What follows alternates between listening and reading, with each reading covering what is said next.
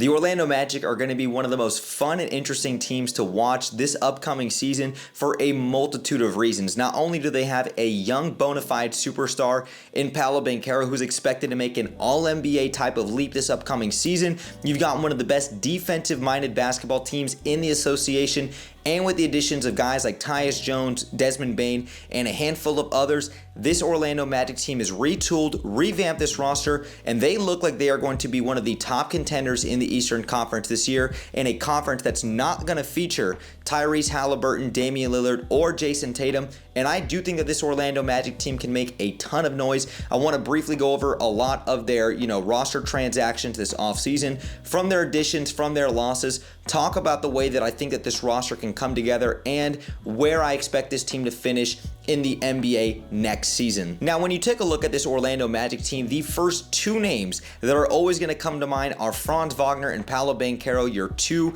franchise cornerstone pieces. And Banchero obviously received his 5-year, $239 million rookie supermax contract extension, which was well worth it. I believe it's up to $270 million with incentives, assuming that he ever wins an MVP or is eligible for all NBA awards, something that I think that he's more than capable of doing as a young bona fide superstar in this game. But let's go ahead and talk about some of the Orlando Magic's offseason moves, some of the additions, subtractions to this roster, the way that they retooled it with their front office, from guys like Jeff Weltman and Anthony Parker really being at the forefront of this, and how I think that this team is going to excel. Now, the two biggest additions to the Magic's roster this year was not necessarily on the court for me. It was what they were able to do with their coaching staff, as they brought in two top assistant coaches in Joe Prunty and Shamgod. Now, we all know Shamgod is one of the top assistant coaches in the league. He's had a ton of success, especially with his time with the Dallas Mavericks, and this is a guy who's going to be able to help refine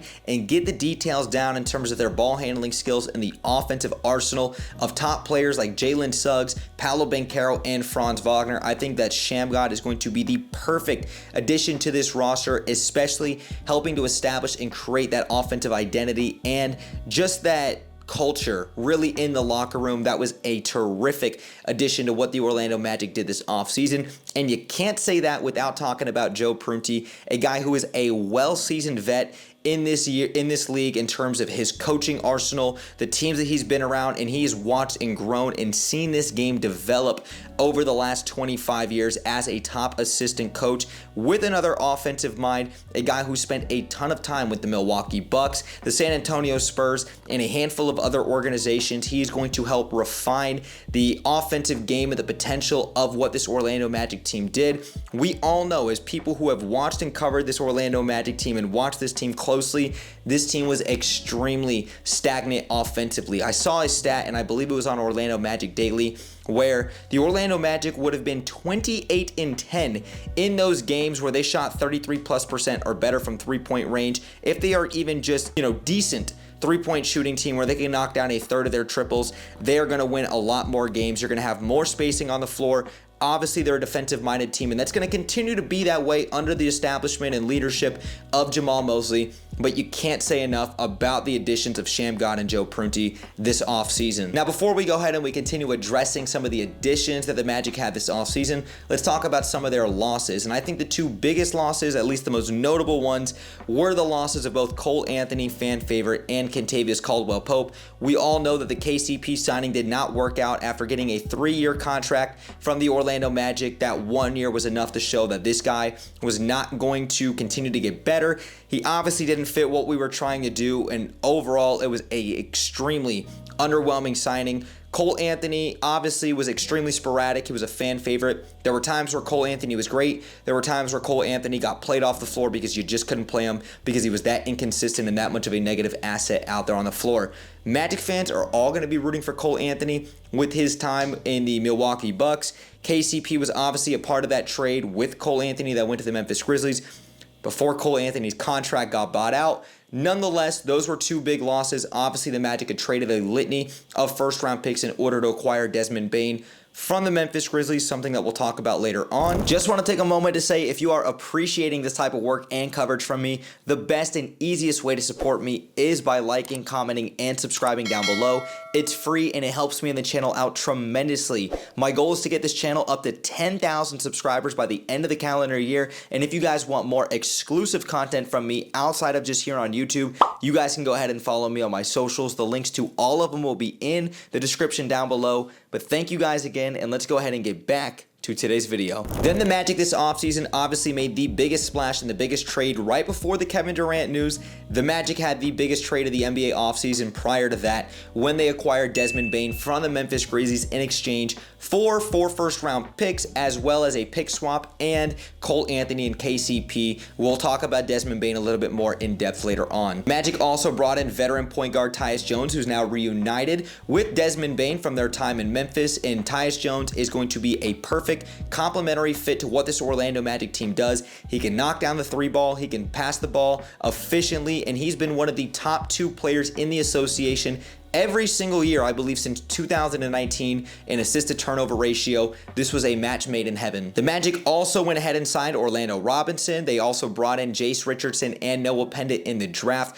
Don't think those 2 players are going to get a lot of playing time in year 1, especially Noah Penda. I expect him to spend a ton of time with the Osceola Magic, and I expect Jace Richardson at times to maybe get some minutes here and there, but overall, I do think that those players have some upside with the trajectory of this Orlando team. And then in terms of re-signing, the Magic re-signed Paolo Banchero, who we referred to earlier, as well as brother Mo Wagner, who is a terrific locker room guy. He's obviously one of those guys that has that dog mentality alongside Jalen Suggs, and he was well on his way before tearing his ACL last year in December to being one of the top contenders for the finalists of the 6th Man of the Year award. Mo Wagner is now the heart and soul of this team, if you ask me, alongside Jalen Suggs, and obviously it was a no-brainer for this organization to bring back Mo Wagner. So now in that starting 5, you're going to have a backcourt that features Desmond Bane and Jalen Suggs. You've got Paolo Banchero and Franz Wagner alongside Wendell Carter Jr., and then off the bench, you're going to have guys like Anthony Black, who we expect to have a big year 3,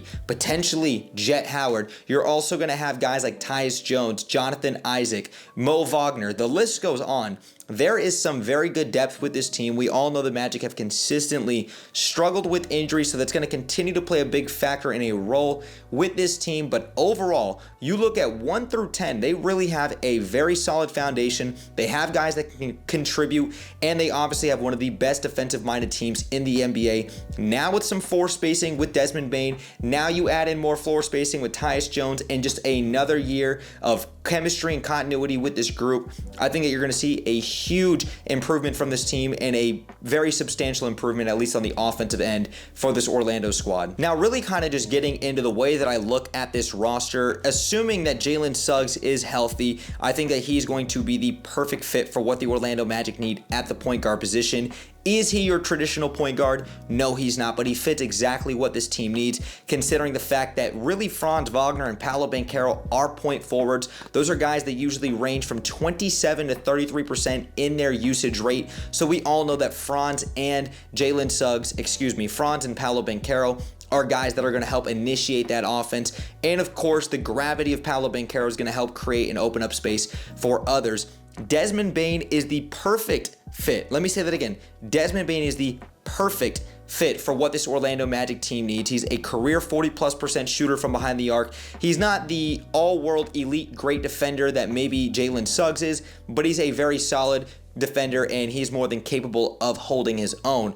Now, I did have my reservations, and I still have my reservations on how Desmond Bane and this team is going to continue to look, just because of the fact that you had to give up 4 first-round picks and a litany of draft capital to get Desmond Bane. So that way you're going to be financially handicapped with his contract that is an appreciating contract over the next 4 years, with that core 4 locked in, and considering the fact that you have significantly less draft capital moving forward. If in a year or two, Jeff Weltman in this front office wants to make another move, you don't really have the draft capital and you don't really have the cap flexibility now that you're kind of locked in with this core 4.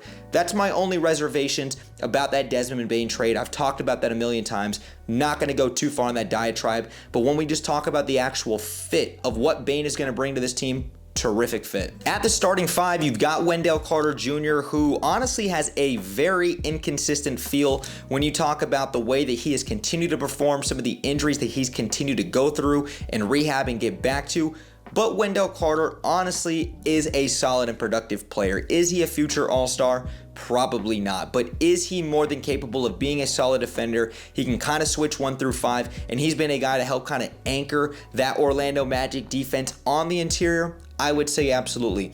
Do I think the Magic will win a championship with Wendell Carter as their starting five? I do not. I think eventually, whether it's at this year's deadline or in the following years, the Magic are going to have to move off of guys like Jonathan Isaac and Wendell Carter Jr. I don't trust them enough to stay healthy, to continue to be those productive guys that you're going to need in critical moments. And I've just seen too much inconsistency over the years from Jonathan Isaac and Wendell Carter Jr., not even just in terms of their injury history, but really when it comes to the way that these guys are performing. Maybe that's just the situations that they're put in. Maybe it's just the fact that they have been dealing with a litany of injuries. There are a lot of problems there. They are great players when they're great, and they're not so great players when they're not that great. But Wendell Carter, Jonathan Isaac, very good players for the most part. Don't love their contracts. Maybe Wendell's got an okay contract, but I do think that if the Magic are very serious about pushing all their chips to the middle of the table, whether that's this year or in these next couple of years with this core, they're eventually going to have to get a better upgrade at the number 5 position, and they're going to have to probably move off of some contracts like Jonathan Isaac and Wendell Carter. Just my opinion. Kind of off the bench, I'm not going to sit here and go through every player, but I have to talk about Anthony Black, a guy who is now going into year 3. Maybe didn't have quite that year 2 leap that everyone had kind of anticipated, but Anthony Black has definitely shown enough to really have that legitimate 6th man of the year role for this Orlando Magic squad. I'm a big fan of AB. He's a great kid, a guy who is consistently working his absolute tail and his ass off. AB has shown flashes. He's shown potential. You'd like to see him be a better and more consistent shooter because we all know defensively he's going to continue to be a menace on the perimeter. But AB is expected to have a big year 3, and I do expect Anthony Black to go out there and perform very well for this team. And like I said, I'm not going to sit here and talk about every single individual player, but let me say 2 things about Franz Wagner and Paolo Banchero. They were absolutely on their way last year before they both had an oblique injury, which was ironic, of both making an All-NBA or All-Star team. Like, I think Franz Wagner last year would have absolutely been an All-Star last year if he did not have that oblique tear. Paolo Banchero, we saw in the back half of last year after the All-Star break where he was averaging 29, 8, and 7, something ridiculous like that on crazy efficiency, where he looked like an MVP caliber player over that final stretch of the season. If Paolo Banchero did not tear his oblique and was eligible for, NBA offseason awards, he absolutely would have been an All-NBA 3rd or 2nd team last year.